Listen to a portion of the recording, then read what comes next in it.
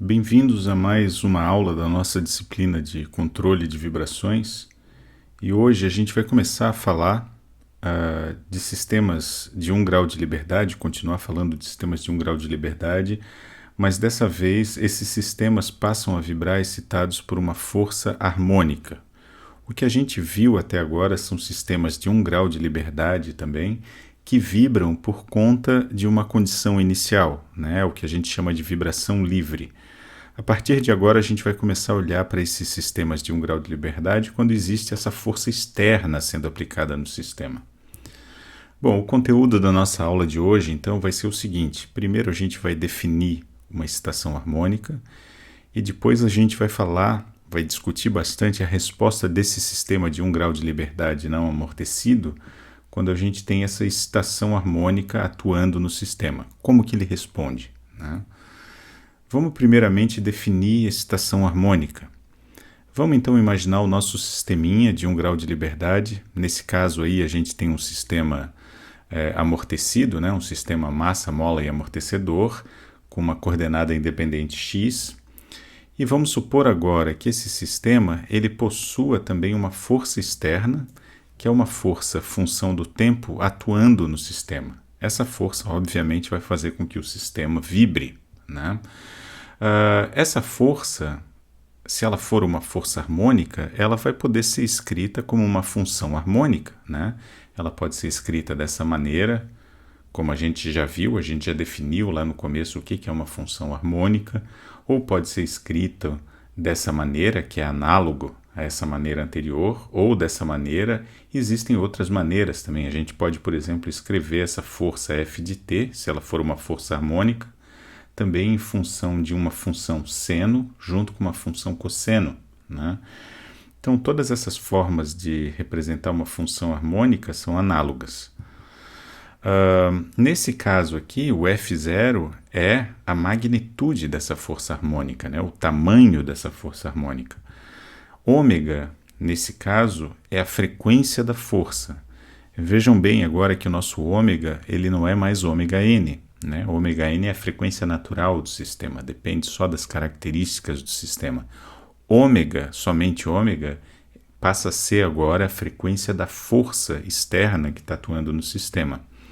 E Φ é o ângulo de fase dessa excitação harmônica. A gente vai olhar com mais detalhes daqui a pouco. Bom, vamos entender como que essa força harmônica aparece nesses sistemas do dia a dia. Então vamos imaginar aqui que eu tenha um motor elétrico montado numa bancada. Essa bancada é basicamente uma viga engastada nas duas extremidades, né? E esse motor elétrico ele tem um rotor no meio, que é a parte girante do motor elétrico, né? Esse motor elétrico obviamente vai ter uma massa bastante grande, e essa viga a gente assume que ela tem uma massa desprezível. Ela funciona como uma mola, como a gente já viu anteriormente, né? Então vamos supor que esse rotor aqui ele esteja girando com uma velocidade ômega.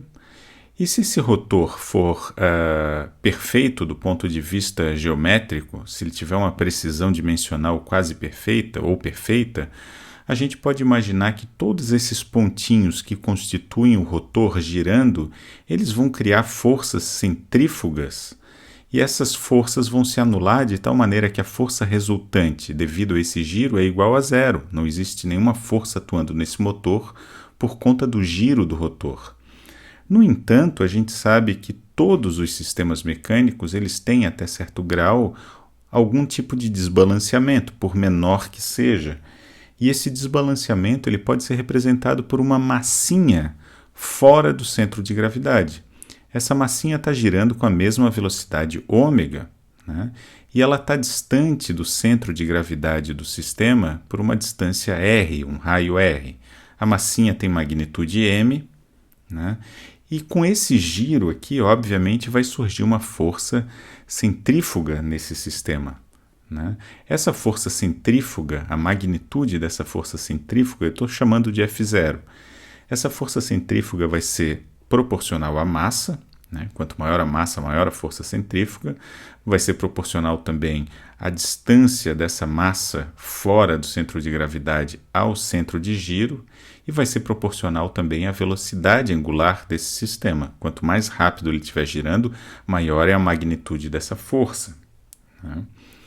Bom, então a gente tem aqui um sistema com uma massa mzona total, que é a massa do motor, e esse rotor está girando com uma velocidade ômega, né?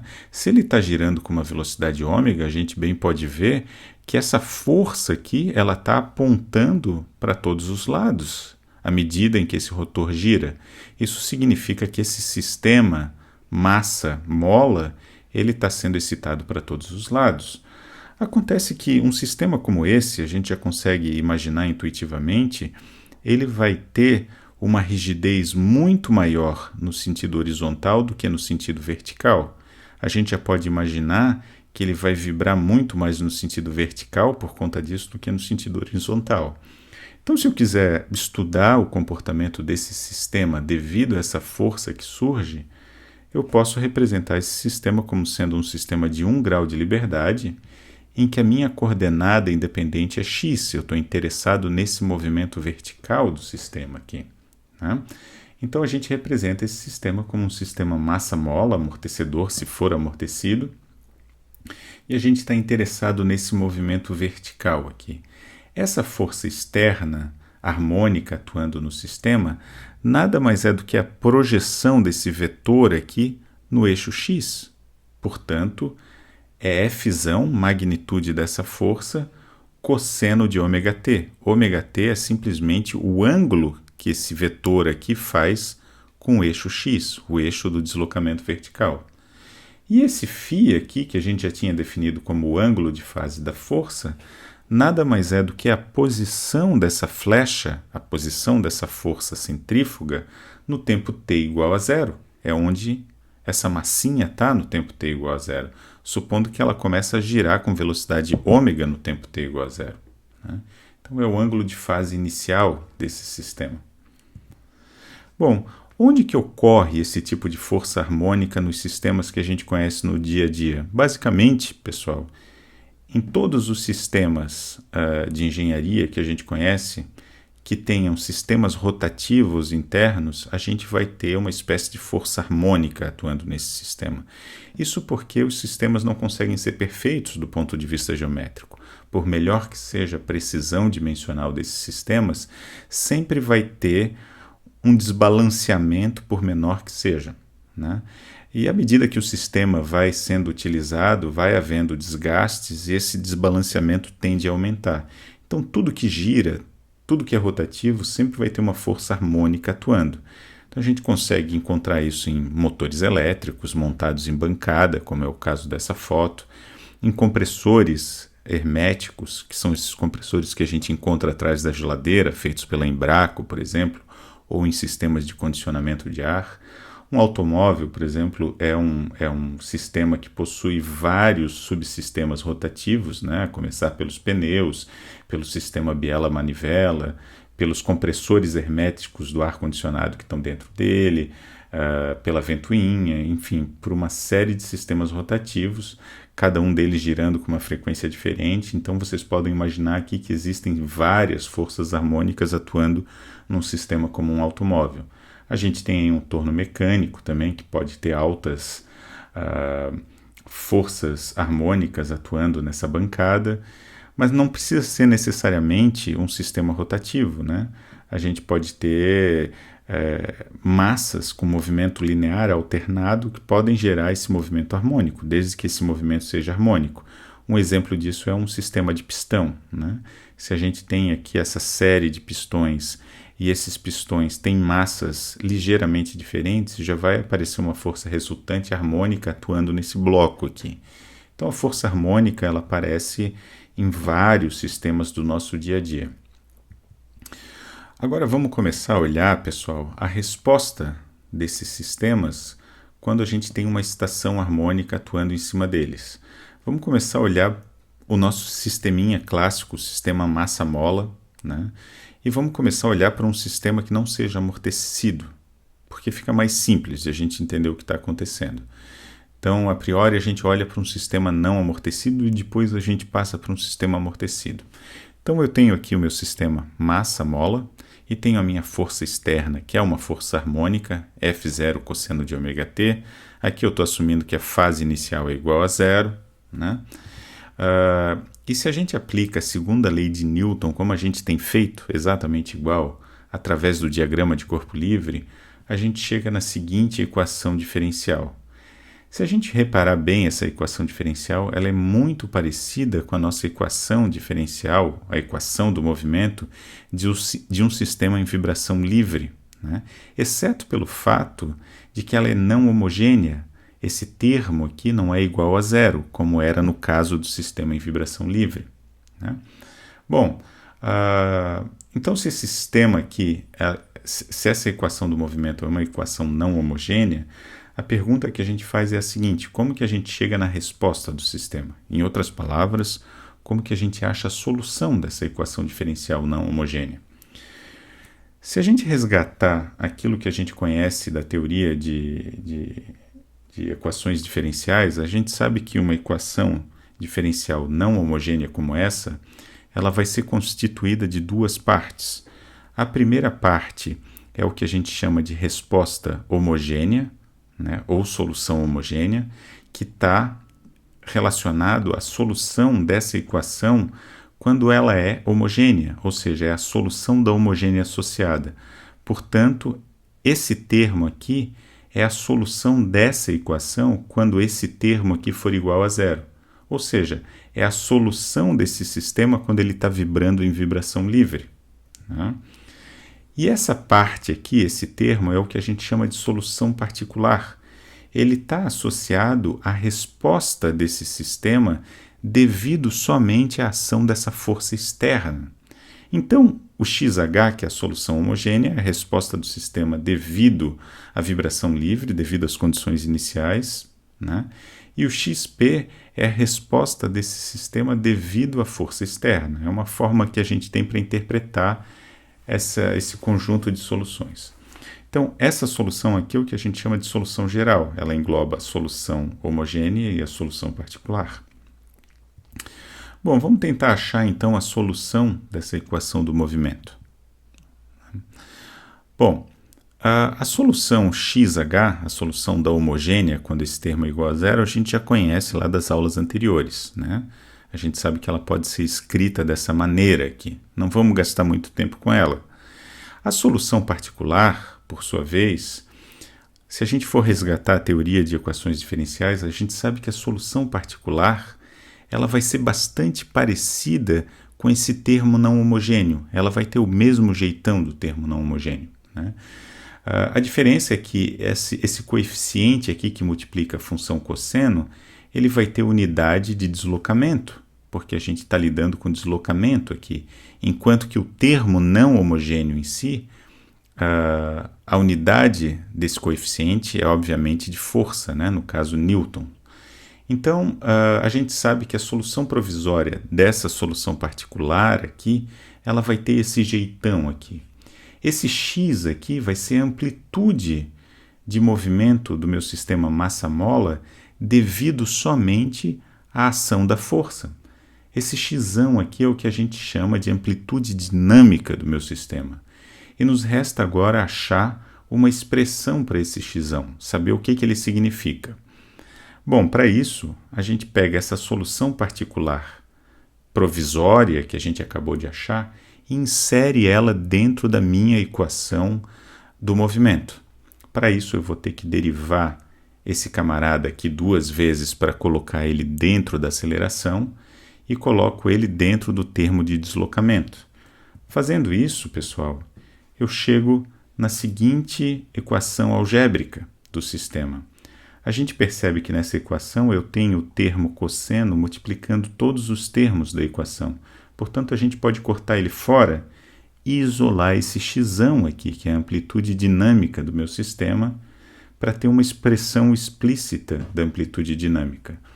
Isolando o x, a gente chega nessa expressão aqui. A gente percebe, portanto, que a amplitude dinâmica do meu sistema, de novo, que é a amplitude de vibração do meu sistema, devido somente à ação da força externa, vai ser proporcional à magnitude da força externa, que é o que a gente vê aqui, mas vai ser inversamente proporcional à frequência dessa força externa e proporcional também a algumas características do sistema, a rigidez e a massa do sistema e assim por diante. Bom, dessa maneira, a gente pode somar então a solução homogênea que a gente obteve e a solução particular, e a gente tem a solução geral do meu sistema, né? Isso é o que a gente chama de resposta geral do sistema não amortecido, porque a gente não está considerando amortecimento, excitado, portanto, por uma força externa harmônica, né? Bom, a gente ainda tem aqui duas constantes que a gente precisa determinar. E a gente já sabe como determinar essas constantes C1 e C2, né? Antes disso, é importante a gente notar que essa parte aqui está associada à resposta homogênea do meu sistema, a solução homogênea, e essa parte aqui está associada à solução particular, né? Então, a resposta total do sistema, o movimento do sistema vai depender dessas duas soluções. O que é interessante é que esse sistema vai estar vibrando por dois motivos. Primeiro, porque a gente deu uma condição inicial para esse sistema, né, de deslocamento ou de velocidade ou de ambas as coisas, e também porque existe uma força externa atuando no sistema. Outra coisa interessante nesse movimento que o sistema vai ter é que ele vai vibrar com duas frequências. Primeiro, ele vai vibrar com uma frequência natural, que está associado com o movimento dele em vibração livre, é a frequência natural do sistema, e ele vai vibrar também com uma frequência que é igual à frequência da força que está sendo exercida em cima dele. Vamos tentar agora achar esses coeficientes C1 e C2 aqui. A gente já sabe que a gente consegue achar esse C1 e C2 pelas condições iniciais do sistema. Vamos imaginar então que no tempo t igual a zero a gente conheça exatamente o deslocamento do sistema, a gente saiba onde esteja essa massa e a gente saiba também a velocidade dessa massa no tempo t igual a zero. Com essas duas informações a gente consegue montar um sisteminha e achar C1 e C2. Obviamente a gente vai ter que achar uma expressão para velocidade, basta derivar essa equação aqui em função do tempo, a gente tem uma equação para velocidade, a gente substitui os termos e acha C1 e C2 como a gente já fez nas aulas anteriores. Nesse caso aqui, o meu C1 vai ser dado por essa expressão e o C2 vai ser dado por essa outra expressão. Vejam que o sistema em vibração livre, a força atuando no sistema também atua na vibração livre dele, né? Se existe uma força no tempo t igual a zero, ela acaba aparecendo na resposta em vibração livre do sistema. Bom, inserindo então C1 e C2 aqui no lugar deles, a gente tem então a resposta geral do meu sistema de 1 grau de liberdade não amortecido, excitado por uma força harmônica. Novamente, esse sistema vai estar vibrando porque existe uma força externa atuando em cima dele, mas também porque foi dado uma condição inicial de deslocamento e de velocidade nesse cara, né? É a resposta total do sistema. Vamos plotar só essa resposta em vibração livre do sistema, que é a resposta por conta das condições iniciais, x0 ponto e x0. Então, se a gente plotar, a gente percebe que a frequência com a qual esse cara está vibrando por conta dessa resposta é igual à frequência natural do sistema. Bom, em azul agora a gente tem a parcela da resposta do sistema relativa à força externa, né?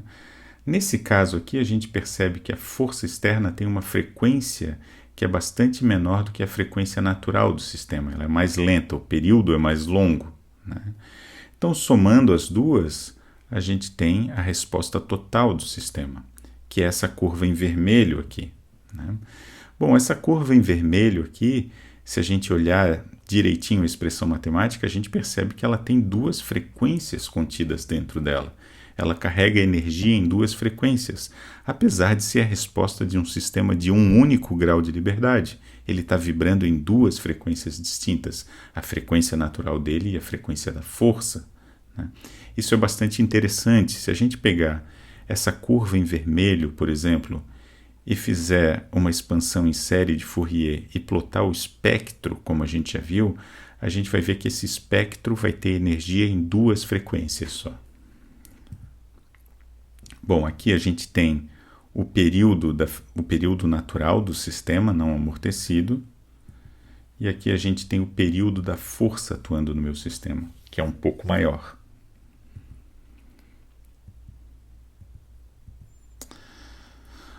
Bom, quando o meu ômega for igual a zero, ou seja, a frequência da força que está atuando no meu sistema for nula, esse termo aqui se transforma e a força que está atuando no meu sistema vai ser uma força estática igual a F0, né? Que é a amplitude da força.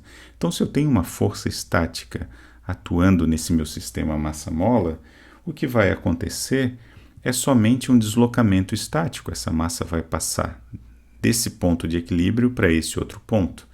Esse deslocamento estático sofrido por causa dessa ação dessa força estática é o que a gente chama de amplitude estática do sistema, né? É a amplitude causada por conta de uma força estática.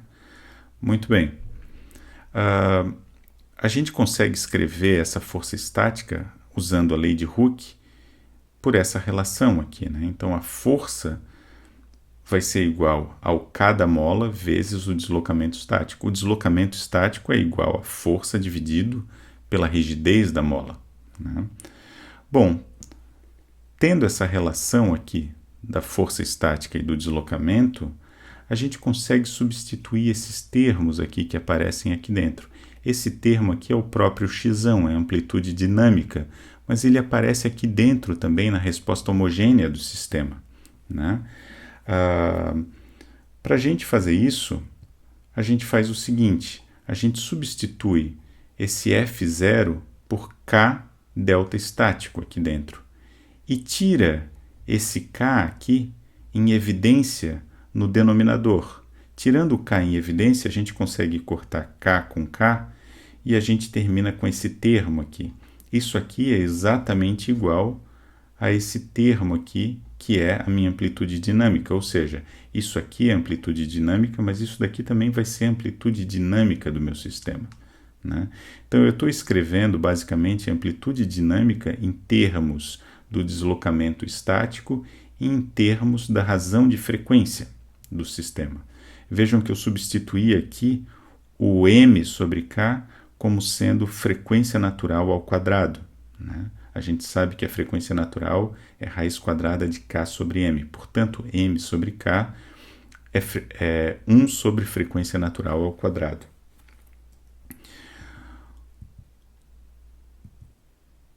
Bom,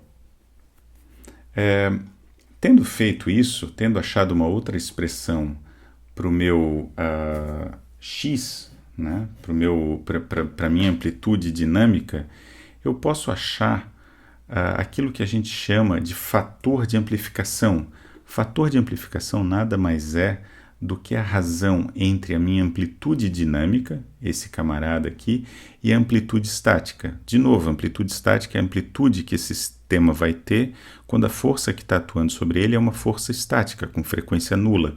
E a amplitude dinâmica é a amplitude de oscilação devido à ação de uma força externa com uma frequência não nula, né? Então, a razão entre amplitude dinâmica e amplitude estática pode ser expressa por esse termo aqui. Eu simplesmente dividi o x pelo delta e eu tenho esse termo resultante aqui, essa expressão resultante. Agora, o que é mais interessante para a gente estudar a resposta desse sistema devido somente à ação dessa força externa é plotar essa função aqui e plotar ela em função dessa razão de frequências. Vamos ver o que acontece. Então, se eu desconsiderar a resposta homogênea e plotar só a resposta do sistema devido à ação da força, eu vou ter esse gráfico aqui. Aqui eu tenho a razão de amplificação, a amplificação do sistema, a razão entre amplitude dinâmica e amplitude estática.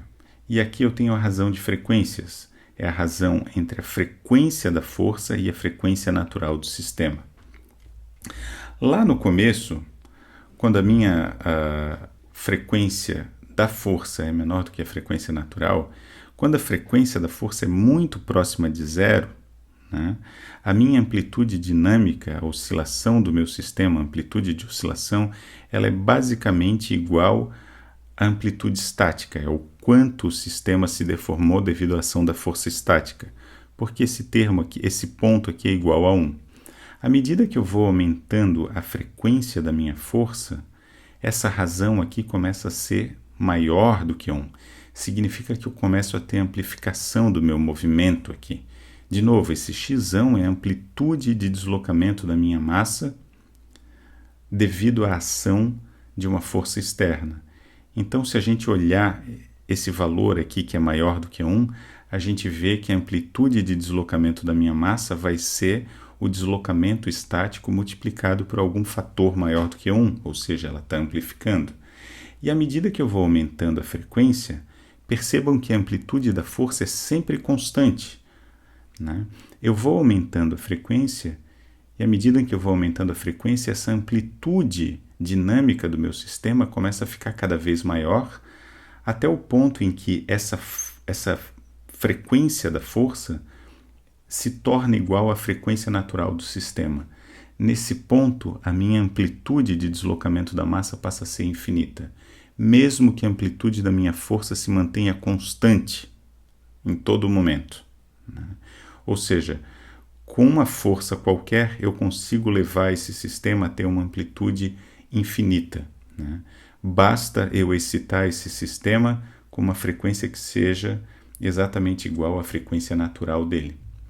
À medida que eu ultrapasso essa linha aqui de razão de frequências igual a 1, ou seja, a frequência da minha força passa a ser maior do que a frequência natural do sistema, eu tenho uma coisa interessante.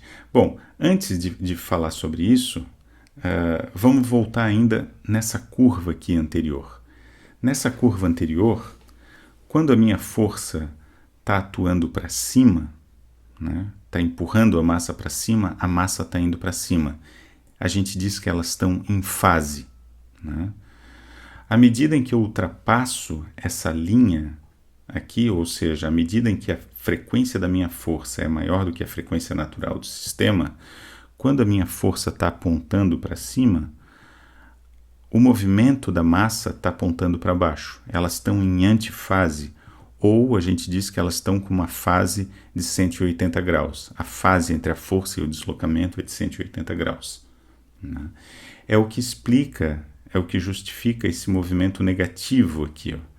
Então, em resumo, né, quando a minha frequência é muito baixa, a minha amplitude dinâmica ela é igual à amplitude estática, muito perto da amplitude estática.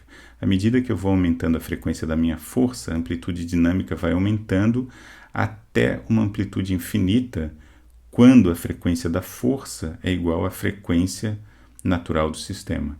À medida em que eu ultrapasso, imediatamente após 1 aqui, a amplitude continua sendo muito grande, só que essa curva negativa significa que a fase entre a força e o deslocamento é de 180 graus, simplesmente isso. Bom, o que será que acontece então? Qual deve ser a fase quando eu tenho a frequência da força igual à frequência natural do sistema? Bom, antes de a gente falar da fase, nos resta dizer que isso se chama ressonância, né? Quando a frequência da força que está atuando no meu sistema é igual à frequência natural do sistema, a gente tem ressonância. É uma coisa que a gente tenta evitar bastante na prática, né? Quando eu tenho ressonância, portanto, a amplitude do meu sistema vai ser infinita, mesmo que a força seja muito pequena, e a fase entre a força e o deslocamento vai ser de 90 graus. Bom, aqui a gente consegue imaginar, por exemplo, que se eu tenho um sistema que é uma bancada de um motor elétrico, por exemplo, como a gente viu no começo dessa aula, e eu quero montar esse motor elétrico em cima de uma viga engastada, se a frequência natural do meu sistema, que é composto pelo motor elétrico e a viga, for bastante menor do que a frequência de funcionamento do meu motor, eu não tenho problema, eu vou estar numa região mais ou menos aqui, ó. A frequência do motor é maior do que a frequência natural do sistema. Então esse sistema, essa bancada de motor elétrico e viga, basicamente não vai vibrar ou vai vibrar muito pouco. O problema ocorre quando a frequência de funcionamento do motor está perto da frequência natural do sistema. Aí eu vou ter grandes amplitudes de vibração. E se esse sistema for pouco amortecido, a amplitude realmente vai tender a infinito. Na prática, a gente não tem uma amplitude infinita, né? Ou o sistema quebra antes de chegar numa amplitude infinita, ou existe uma saturação por conta de uma dissipação interna. Os sistemas reais, eles sempre têm amortecimento, como a gente já discutiu. Então essa amplitude, obviamente, nunca chega até o infinito. Vamos dar uma olhada em algumas animações aqui. Eu tenho o meu sistema massa-mola, né? E aqui eu tenho uma força atuando no meu sistema. A força é sempre constante, só que a razão de frequências é 0,2, ou seja, a frequência natural do sistema é 80% maior do que a frequência da força, né? Ou seja, a frequência da força é só 20% da frequência natural do sistema. A frequência da força é bem menor do que a frequência natural do sistema. Vamos ver o que acontece aqui. Bom, o sistema está vibrando muito lentamente, a frequência de vibração do sistema é igual à frequência da força, e a gente percebe que a fase entre o deslocamento e força é zero, eles estão em fase. À medida em que a massa vai para baixo, a força vai para baixo. Quando a massa vai para cima, a força vai para cima. Portanto, eles estão em fase. Vamos aumentar um pouquinho essa razão de frequências. A gente percebe agora que o meu sistema começa a vibrar um pouquinho mais rápido, porque a frequência da força aumentou. Ela está mais perto da frequência natural, né? Ela é 70% da frequência natural, 0,7%. A gente percebe que a amplitude de deslocamento da massa agora está um pouco maior, né? Houve uma amplificação, porque esse valor aqui é ligeiramente maior do que 1. À medida que a gente aumenta isso para 9, a gente vai perceber que a amplificação já está bem maior, né? A frequência com a qual essa massa está vibrando já está bem mais perto da frequência natural do sistema.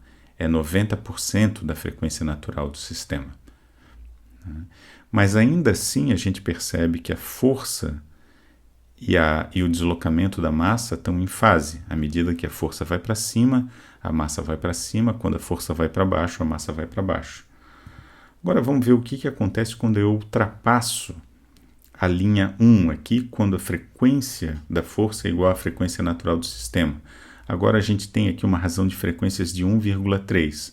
A frequência da força agora é 30% maior do que a frequência natural do sistema. Nesse caso, eu ainda tenho uma amplificação aqui, porque esse valor é ligeiramente maior do que 1, mas o que é interessante notar é que a força e o deslocamento estão em antifase. Quando a força está apontando para cima, o deslocamento está indo para baixo e vice-versa, né? É o que justifica essa curva negativa aqui embaixo.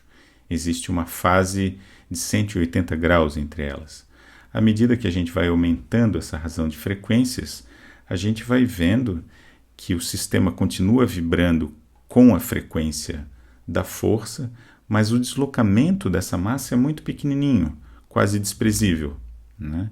Muito embora a amplitude da força continue sendo a mesma desde o princípio.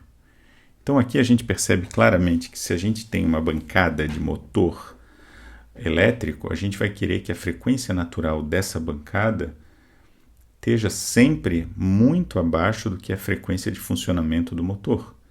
Caso contrário, a gente vai ter grandes amplitudes de oscilação desse sistema. Bom, esse gráfico aqui só ilustra a relação de fases entre a força e o deslocamento, né? Então eu tenho a minha força plotado em azul e o deslocamento plotado em laranja por uma condição em que a frequência da força é menor do que a frequência natural do sistema. Então a gente percebe que as duas curvas estão em fase, né? Uma está em cima da outra e as duas estão vibrando com a mesma frequência. Nesse outro caso aqui, eu tenho a frequência da força maior do que a frequência natural do sistema. Nesse caso, deslocamento e força estão em antifase, ou fase de 180 graus. Se eu pegar o tempo de diferença entre um pico de oscilação da força e o próximo pico de oscilação do deslocamento, pegar esse tempo aqui e multiplicar pela frequência de oscilação da força, eu vou ter um ângulo, e esse ângulo vai ser igual a π, ou seja, eles estão com uma fase de 180 graus entre si. E no caso da ressonância, a fase entre o deslocamento e a força é igual a 90 graus, né? Essas curvas aqui não estão em escala, obviamente que se esse sistema tivesse em ressonância, a amplitude de oscilação aqui seria infinito. É só para a gente entender que existe uma fase de 90 graus sempre que eu tenho um sistema em ressonância. Bom, a gente falou bastante da ressonância, né? A gente sabe que quando o meu sistema está em ressonância, a amplitude dele passa a ser bastante alta. Se o sistema é não amortecido, a amplitude é infinita. Mas a pergunta, e a gente falou também que a fase entre a força e o deslocamento é de 90 graus, mas a pergunta que eu faço é a seguinte: o que acontece se eu tenho uma bancada, tomando como exemplo o caso do motor elétrico montado em cima de uma viga, o que aconteceria se eu ligasse esse motor elétrico numa frequência que fosse igual à frequência natural do sistema composto pelo motor elétrico e a viga? O que aconteceria? Esse sistema iria, como a gente vê aqui, possuir uma amplitude infinita imediatamente, no exato instante que eu ligo o motor, ou isso demoraria? Bom, alguns colegas podem dizer o seguinte: olha, quando eu ligo o motor, ele acelera de 0 até a frequência natural do sistema, ele demora um tempo para acelerar. É verdade, né? Isso representaria o tempo necessário para o sistema entrar em ressonância. Mas vamos ignorar isso, vamos supor que a gente coloque o motor em cima da bancada, ligue o motor e no exato instante em que a gente liga o motor, ele passa a girar numa frequência que é igual à frequência de ressonância do sistema. Se a gente faz isso, o que acontece com o sistema? Ele passa a ter uma amplitude infinita imediatamente? Então, para a gente entender o que está acontecendo aqui, vamos pegar a resposta geral do sistema, a resposta total do sistema, e vamos analisar ela um pouco. Bom, primeiramente vamos lembrar que esses termos aqui eles podem ser substituídos, né? A gente pode representar esses termos aqui em termos do deslocamento estático, né? Então, fazendo isso e manipulando um pouco essa equação, a gente chega nessa outra equação análoga. Essa equação aqui é exatamente igual a essa daqui. Só houve um pouco de manipulação aqui, matemática, né? Bom, essa primeira parte aqui está associada à resposta homogênea do sistema e essa parte está associada à resposta particular do sistema.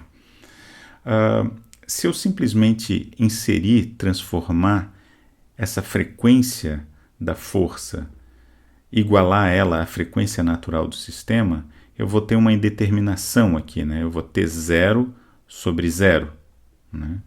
Então, para eu achar um termo, uma resposta para quando o sistema está em ressonância, eu preciso achar o limite para esse termo aqui. Então, eu vou fazer o limite desse termo quando ômega tende a ômega n. Se eu fizer esse limite, se eu aplicar o limite para ômega tendendo a ômega n, eu continuo achando uma indeterminação, eu continuo achando 0 sobre 0.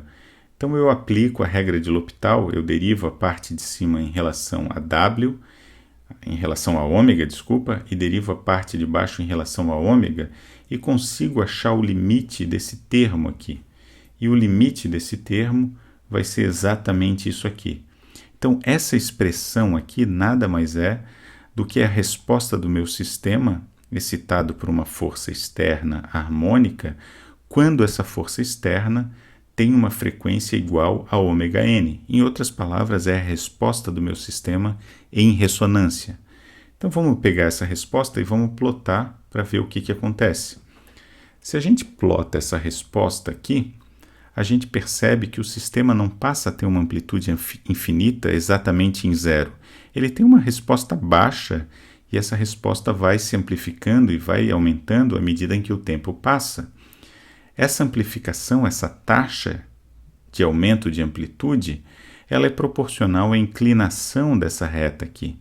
Essa reta aqui nada mais é do que esse termo que aparece aqui, ó, que a gente achou através do limite, né? Então a gente percebe aqui que se o meu deslocamento estático for muito grande, essa reta aqui ela vai ser bastante inclinada, significa que o sistema converge para o infinito rapidamente. Se esse deslocamento estático aqui for pequenininho, ele converge para o infinito sim, mas ele converge muito lentamente, ele demora muito mais tempo. Ora, esse deslocamento estático ele é proporcional à força, à amplitude da força que está atuando no sistema. Portanto, se eu tenho uma força muito grande atuando no meu sistema, esse sistema vai convergir rapidamente para o infinito. Se a força é pequena, ele demora um tempo, mas ele chega no infinito. Bom, essa resposta aqui a gente plotou considerando que as condições iniciais são nulas. Mas se eu tenho condições iniciais diferentes de zero, a mesma coisa acontece, né? O início aqui vai ser um pouco diferente, mas essa reta vai continuar existindo e essa reta vai ser sempre proporcional aqui à frequência natural e proporcional ao deslocamento estático, portanto, proporcional à amplitude da força dinâmica atuando no sistema. Bom, resumo da aula de hoje, então, pessoal. A gente definiu o que é uma excitação harmônica, a gente deduziu a equação do movimento para um sistema não amortecido quando eu tenho essa força externa harmônica atuando nele, e a gente viu que a gente chega numa equação não homogênea. A gente achou a solução dessa equação do movimento, a gente viu que ela é constituída de uma solução da homogênea associada e uma solução particular, e a gente analisou esse sistema quando a minha frequência da força é menor do que a frequência natural do sistema, quando a frequência da força é maior do que a frequência natural do sistema e quando a frequência da força é igual à frequência natural do sistema. Quando isso acontece, a gente chamou isso de ressonância e a gente definiu o conceito de ressonância, né? Então é isso. Na próxima aula, a gente vai começar a analisar um sistema de um grau de liberdade também, excitado por uma força harmônica externa, como essa que a gente viu, só que esse sistema passa a ser amortecido. E a gente vai ver que o amortecimento ele tem um papel bastante importante no controle de vibrações, sobretudo quando a gente tem condições perto da condição de ressonância, ou seja, quando a frequência de funcionamento do meu sistema está muito perto da frequência natural do sistema. Então, pessoal, até lá!